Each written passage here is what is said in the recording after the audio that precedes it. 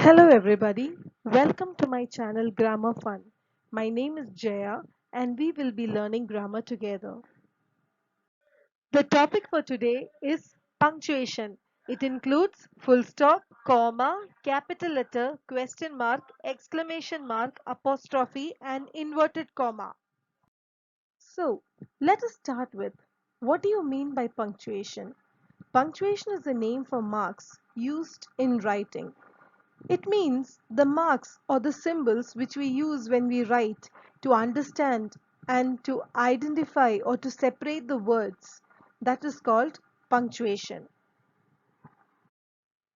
Now let us see, why is punctuation important? What is the importance of punctuation, or why do we have to put punctuation in sentences? Punctuation is to help understanding and give a correct meaning.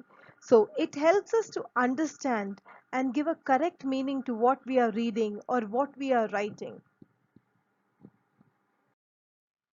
So the punctuation marks which we are going to study today are, first one is full stop, comma, capital letter, question mark, exclamation mark, apostrophe and inverted comma. So these are the punctuations which we are going to study today. Let us see one by one. So our first punctuation mark is full stop. Full stop is also called as period.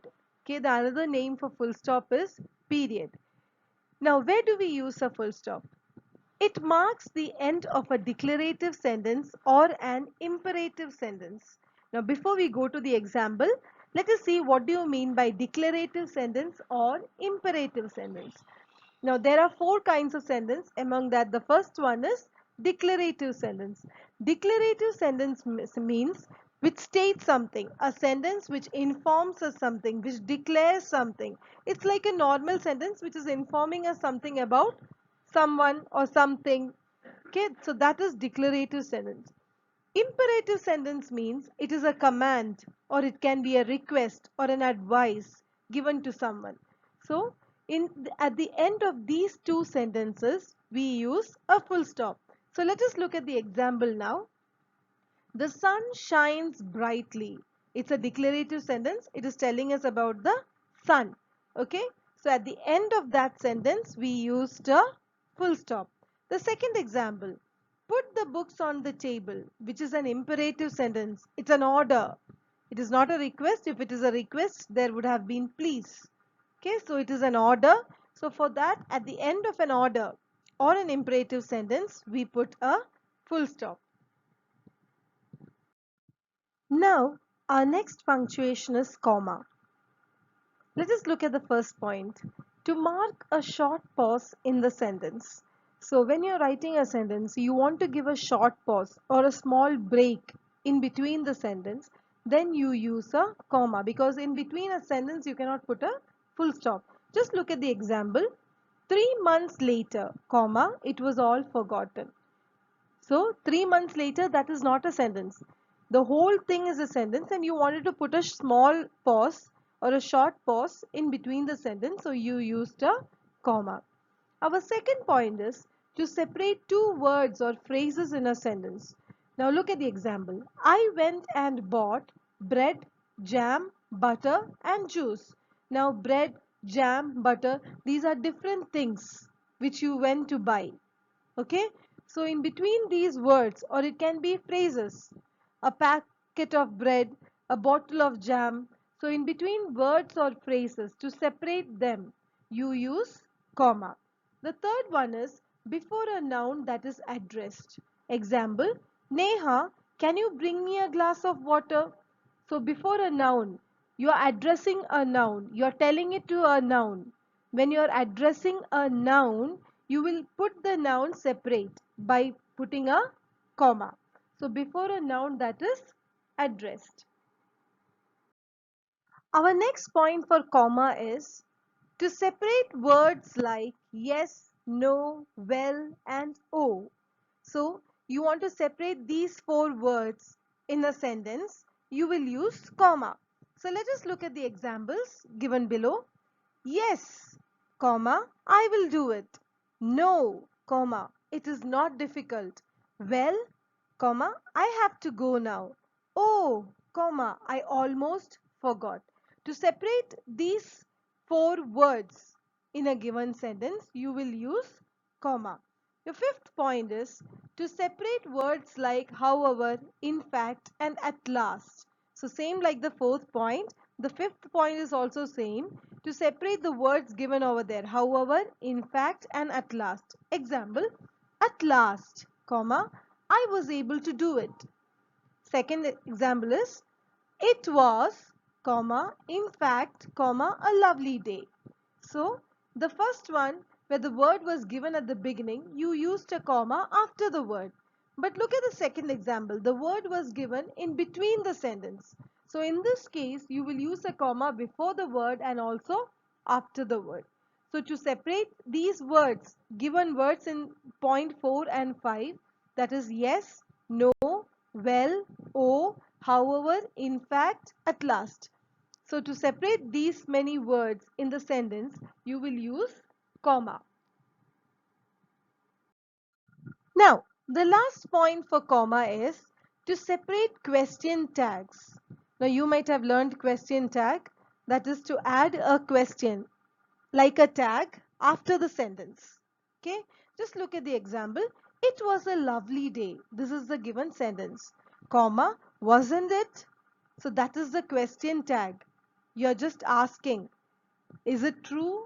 So a question tag, to separate a question tag and a given sentence, in between you will put a comma. Now our next punctuation is capital letters. Now we have been studying capital letters from our lower classes. So let us look at the first point. It is used for proper noun and at the beginning of a sentence. Now, as we all know, when we begin a sentence, we use a capital letter. Okay, after a full stop, when you are beginning a new sentence, we always use a capital letter. What is proper noun? Proper nouns are special nouns. Special noun given to special thing or special people. Okay, for example, let us look at the examples. Pooja and Leah are best friends. Now in this sentence, it's beginning with Pooja, so P is capital. But what about Leah? Now here Leah is a proper noun. It's a name of a girl. If you say girl, it is, you can call any girl girl. But if you look here, Leah is the name of one girl. So that is a proper noun. It's a special name. Therefore, we used L as capital. The second sentence, he is the best boy in school. When we started the sentence, we used capital letters, so H is capital. We don't have any proper nouns in that sentence. If you look at the word boy, any boy can be called as boy. It's not one boy is special, but if you give that special boy a name, then that is proper noun. So that is the first point. Now let us look at the second point. To begin each line of a poetry. Now if you check any poems, every line of the poem is starting with a capital letter. The first letter will always be capital in every line of the poem. That is how a poem is written. So the third point is names of books and important words of heading. Now, if you check a name of a book, let it be your grammar book, your maths book, the heading will always be in capital letter. You can check any of your textbooks. So, for just look at the example, A Tale of Two Cities. Now, this is the name of a book. So, here you see A, T, T and C. All are capital letters. Okay. Then, important words of heading. Now, when you write an essay, when you write a paragraph, you give a heading. Yes or no? When you write the name of a chapter, you give a heading. So the heading of the chapter or of any essay, let it be any heading. The important words of the heading should always be in capital letter. So look at the example, a cricket match. So this can be a small paragraph, this can be an essay. So it is a heading. So we use capital letter for that. The fourth point is the pronoun I and interjection O. So these two words I and O, let it be in the middle of the sentence, let it be at the beginning of the sentence, it will always be capital letter. So I is pronoun and O is interjection. Look at the example. Jim and I went to the market. So here we used I in between the sentence and we used it as capital letter. Oh God, please help me. So here you used O. So wherever you use I and O, it will always be capital. The fifth point is the nouns and pronouns referring to God. Example, God, Almighty, Lord.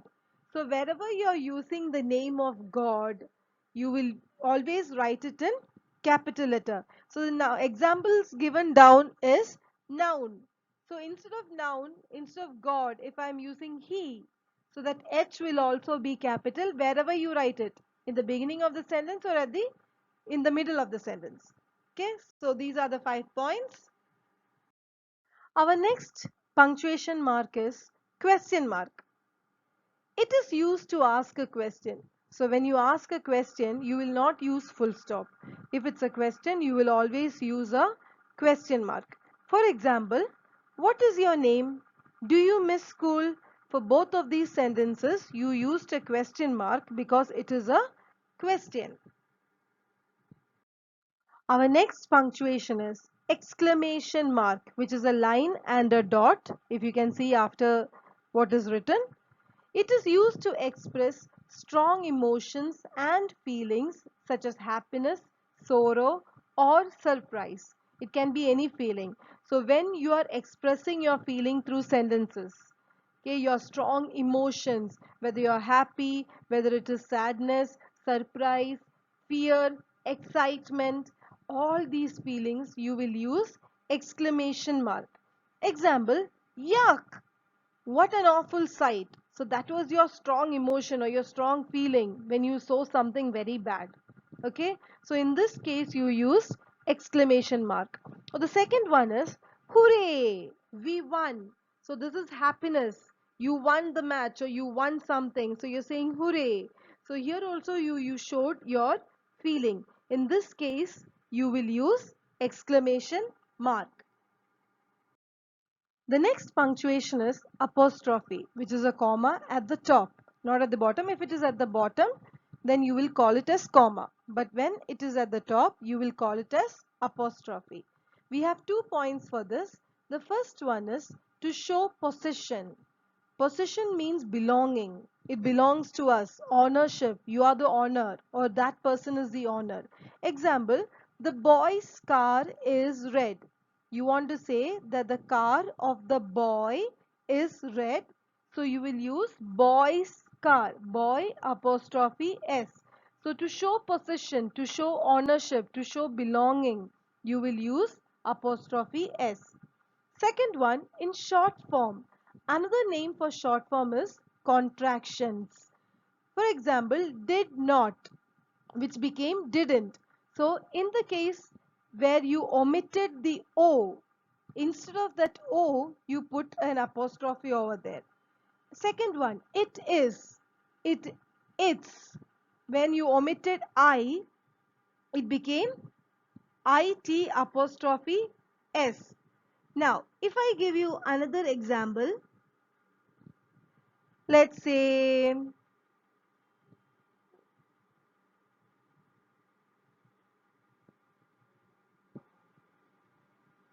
cannot. So here, when I omit N and O, instead of that, I put apostrophe. So then it will become can't.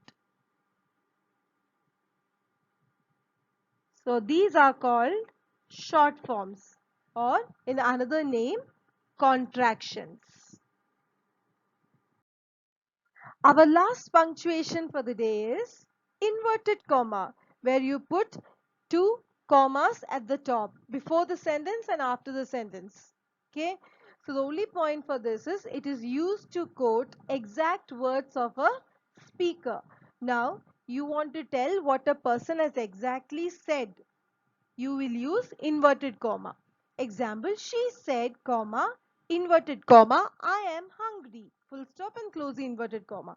So the words I am hungry is said by the person she. That words are the exact words of the person she. So these exact words you will put in inverted comma. So inverted comma is actually used to quote exact words of a speaker. Now, this is the end of the chapter punctuation. I hope all of you have understood the chapter.